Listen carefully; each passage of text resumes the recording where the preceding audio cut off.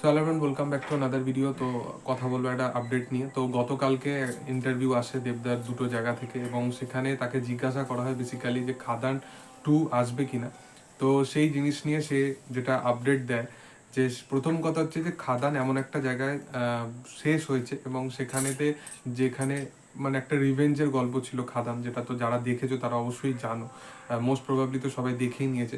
এবং সেখানে জিউ সেনগুপ্তর সাথে কোথাও গিয়ে একটা রিভেঞ্জের গল্প ছিল। এবার দেব এমন একটা প্রডিউসার বা দেব এমন একটা অভিনেতা যার সবসময় কিন্তু যে মোর দ্যান তার কি স্কেল আছে বা সে কতটা স্পেস পাচ্ছে তার থেকে বেশি কিন্তু সে যেটা বেশি গুরুত্ব দেয় সেটা হচ্ছে প্লট বা স্টোরি লাইন কতটা ইম্প্যাক্টফুল থাকতে চলেছে।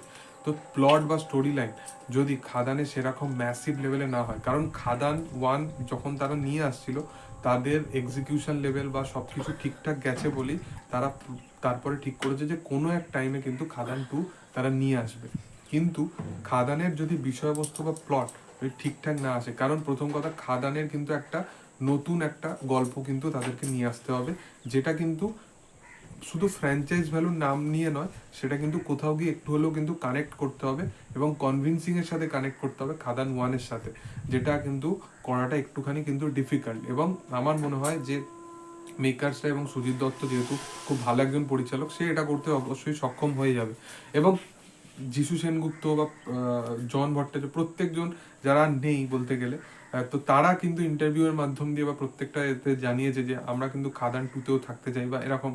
তো সেই ক্যারেক্টারগুলোকে যদি নিয়ে আসা যায়, সেগুলোকে কিন্তু খুব কনভিন্সিং এর সাথে নিয়ে আসতে হবে। তো সেই জিনিসগুলো বিষয়ে আর কি কথা বলা আর কি।